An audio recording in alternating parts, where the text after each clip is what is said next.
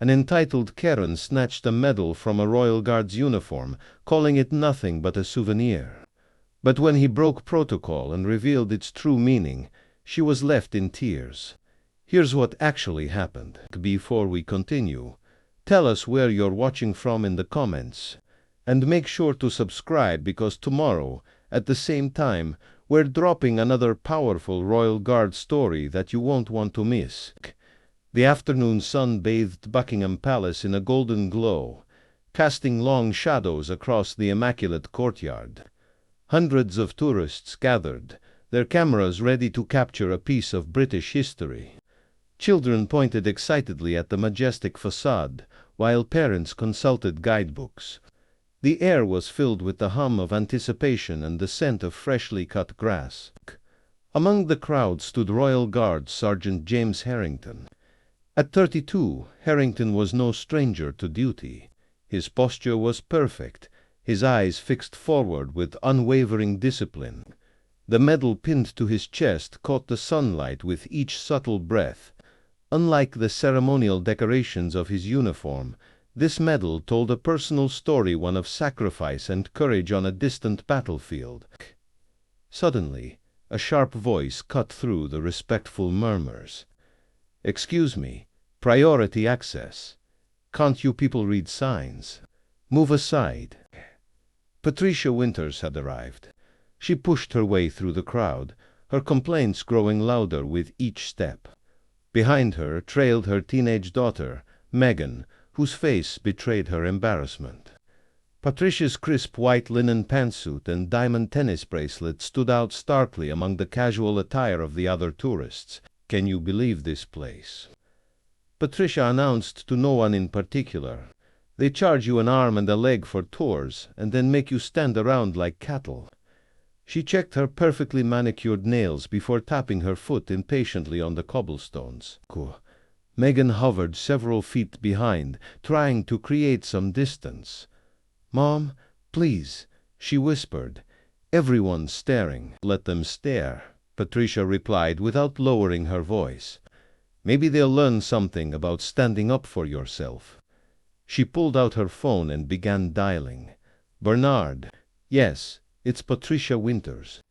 Listen, I need you to call whoever manages this tourist trap and tell them I'm here." "No, they haven't prepared anything special." "Yes, I specifically told your agency I expected VIP treatment." As Patricia continued her rant, her attention suddenly fixed on the gleaming medal adorning Sergeant Harrington's chest. "Well, would you look at that?" she said, her voice dripping with sarcasm. "Meghan, come see this medal. It's just like the one your grandfather kept in his desk drawer back home, though his was probably authentic. These ceremonial ones are just for show." A hush fell over the nearest group of tourists. An American couple exchanged uncomfortable glances, clearly embarrassed by Patricia's behavior. The thing about these military decorations," Patricia continued, adopting the tone of an expert, "is that they hand them out like candy these days. My third cousin works at the Pentagon, and he says they've got warehouses full of them."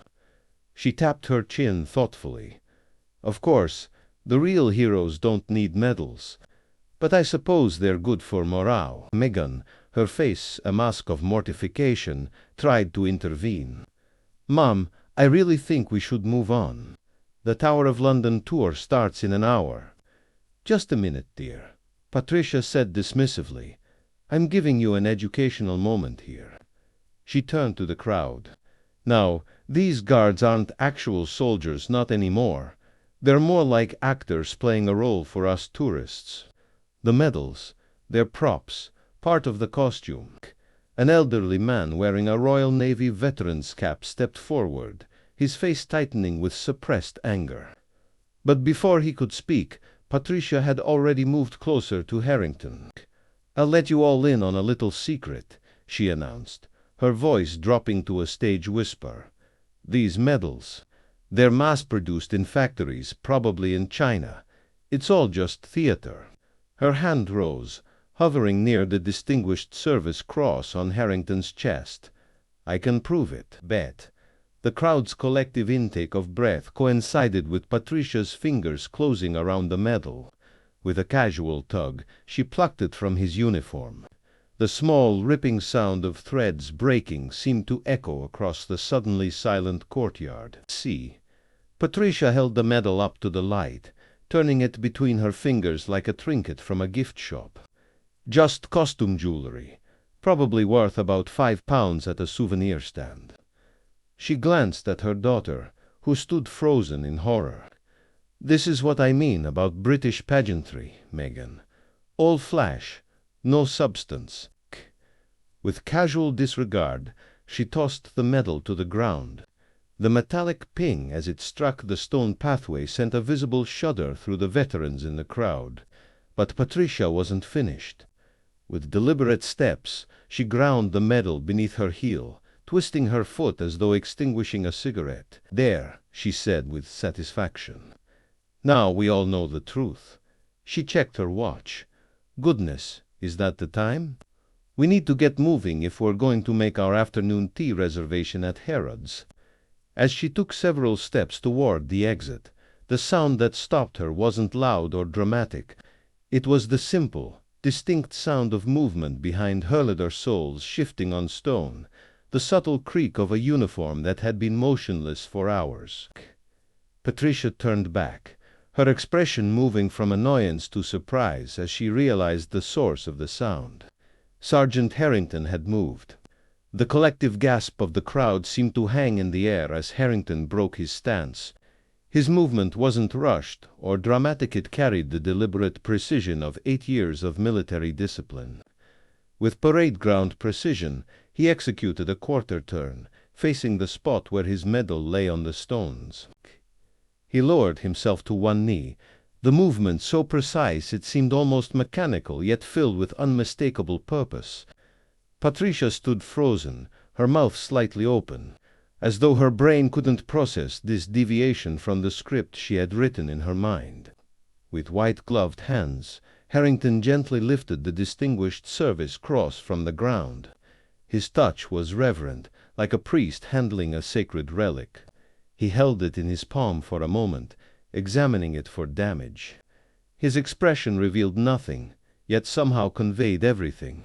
The years of military discipline that had shaped him were evident in this moment, not just in the precision of his movements, but in the perfect control with which he contained what must have been a storm of emotion. A smudge of dirt marred the medal's surface where Patricia's heel had ground it against the stone.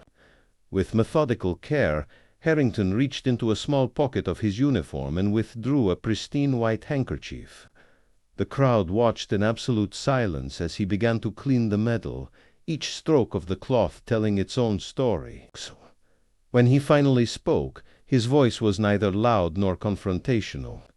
It carried the quiet authority of command, the tone of someone accustomed to being heard without needing to shout.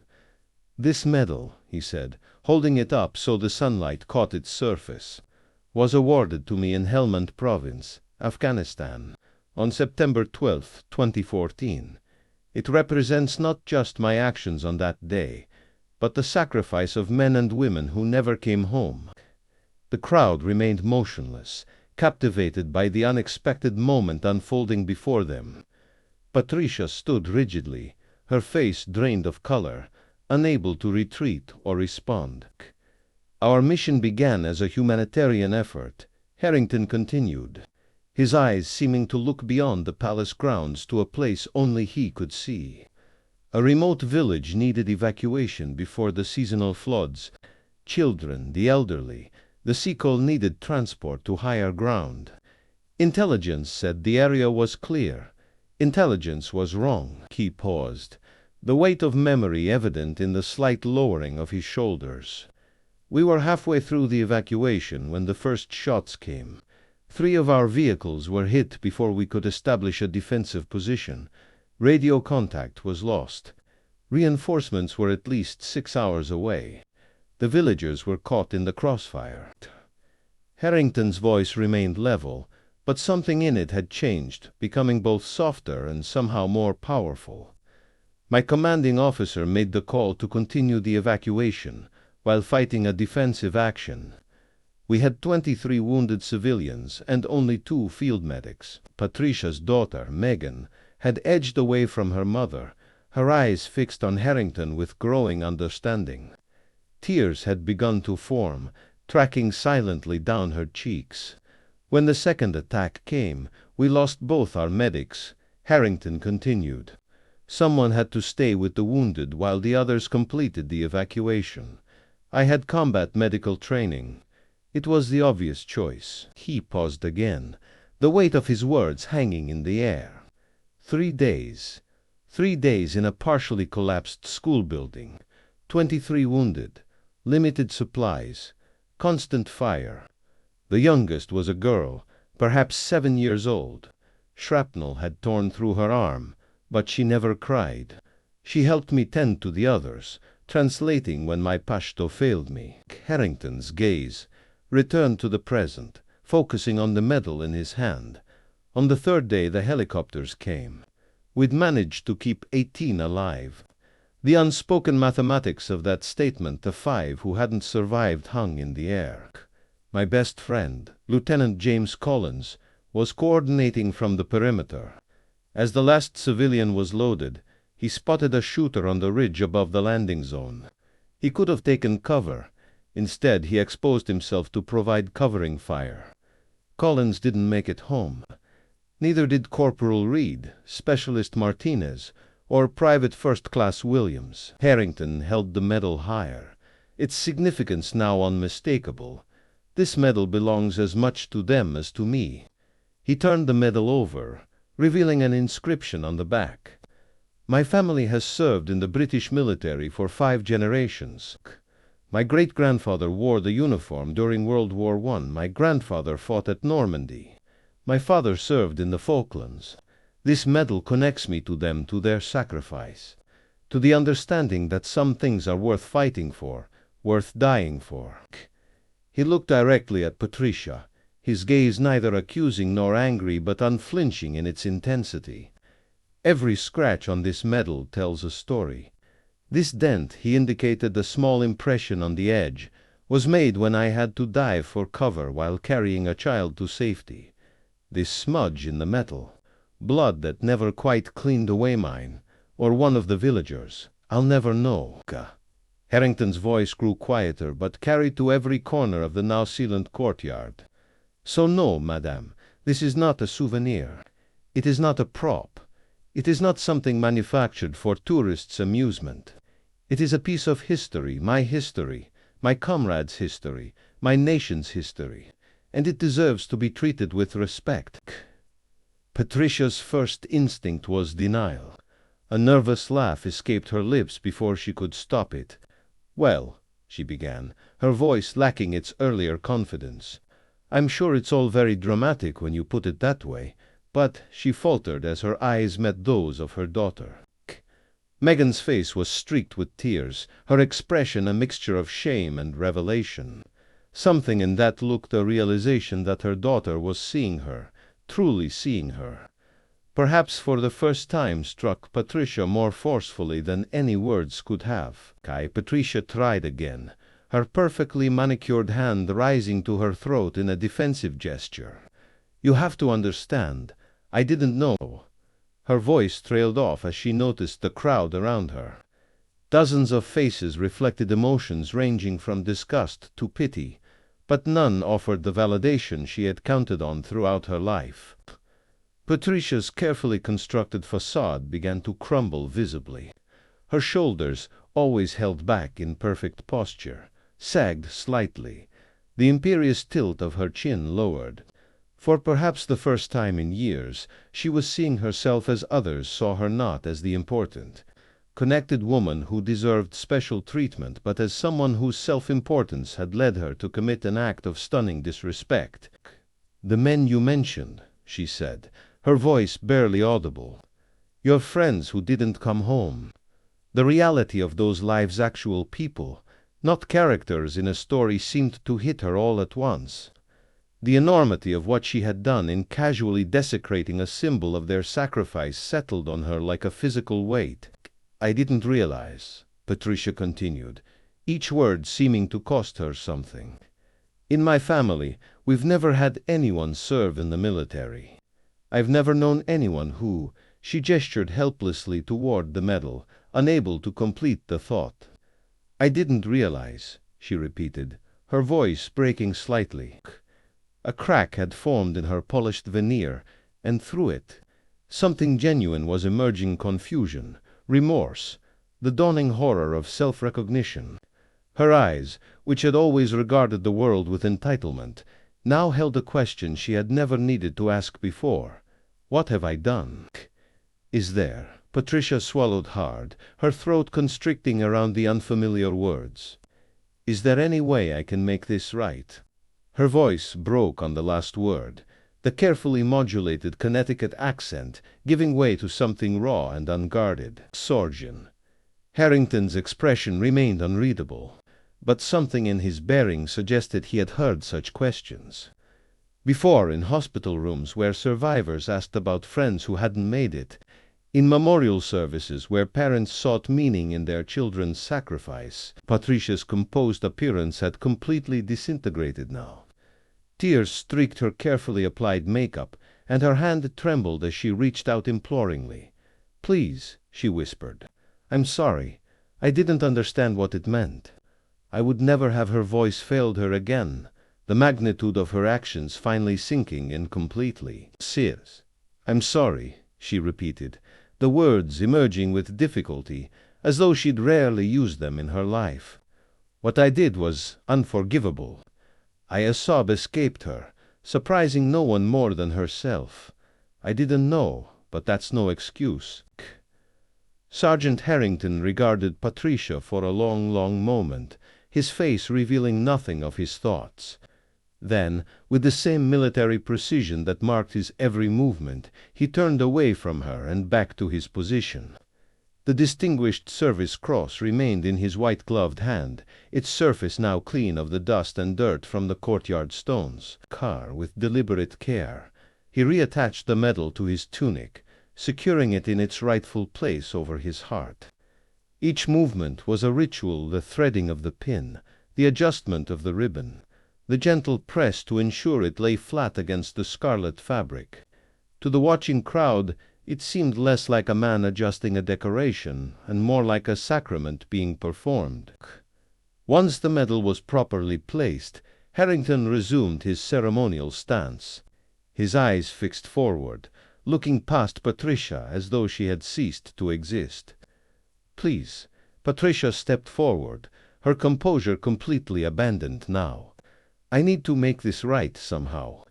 I need you to know that I understand now, that I—" "Mom." Megan's voice was quiet but firm as she finally approached her mother, his back on duty. "He can't respond to you any more. It's time for us to go." Patricia turned to her daughter, seeing her with new eyes, not as an extension of herself, but as a person whose quiet dignity had always been present, if unacknowledged. "But I need to apologize properly. I need to make him understand that—" "Look at him, Mom," Megan said gently. "Really look. He's standing guard again. The ceremony, the tradition, it's continuing. That's what matters now, not your apology." To Palace, security officers had appeared at the edge of the crowd, their purposeful approach making their intentions clear. They moved with the efficiency of men who had handled similar situations before, though perhaps none quite like this. "Madam," the first officer said as they reached Patricia, "I'm going to have to ask you to come with us." Patricia nodded, offering no resistance. "Yes, of course." She looked back at Harrington one last time, his motionless form a stark contrast to the emotional turbulence she had unleashed. "I just want him to know." "He knows," the second officer said, not unkindly. "But some things can't be fixed with words. Some lines shouldn't be crossed." As the officers escorted Patricia toward the exit, Megan following close behind, the crowd began to disperse. Parents quietly explained to their children what they had witnessed. Couples held hands a little tighter. Veterans stood a little straighter. The incident was ending. but its impact lingered in the collective consciousness of everyone present. What would you have done in Patricia's position once you realized the magnitude of your mistake? Is an apology ever enough when we've disrespected something sacred to another person?